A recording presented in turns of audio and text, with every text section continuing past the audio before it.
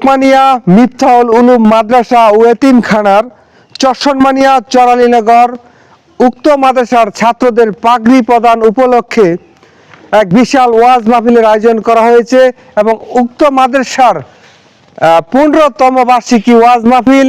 সেখানে ওয়াজ করবেন এই সারা বাংলা জাগানো অন্যতম ওয়াজ কর্নেওয়ালা কুয়াকাটা ফুজুরের প্রতিচ্ছবি মুফতি জুবায়ের আহমেদ সিদ্দিকী। আর ওয়াজ করবেন মুফতি মুশারফ হোসেন ইসলামপুরি এবং স্থানীয় ওলামে কেরামগণ। উক্ত ওয়াজ মাহফিলে আপনাদের আমন্ত্রণ রইল, দাওয়াত রইল। আর ওয়াজটি হবে আগামীকাল রোজ শুক্রবার 19শে ডিসেম্বর 2025 সালে। 1996 সালে চশনমানিয়া অঞ্চলে প্রতিষ্ঠা করা হয় এই মিফতাহুল উলুম মাদ্রাসাটি।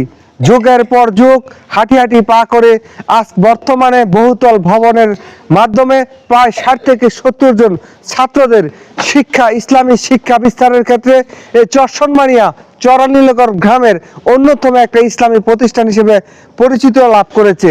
তারই 15তম বার্ষিকী ওয়াজ মাহফিল আগামীকাল অনুষ্ঠিত হবে। সেই ওয়াজ মাহফিলে সকলের দাওয়াত রইল। আসসালামু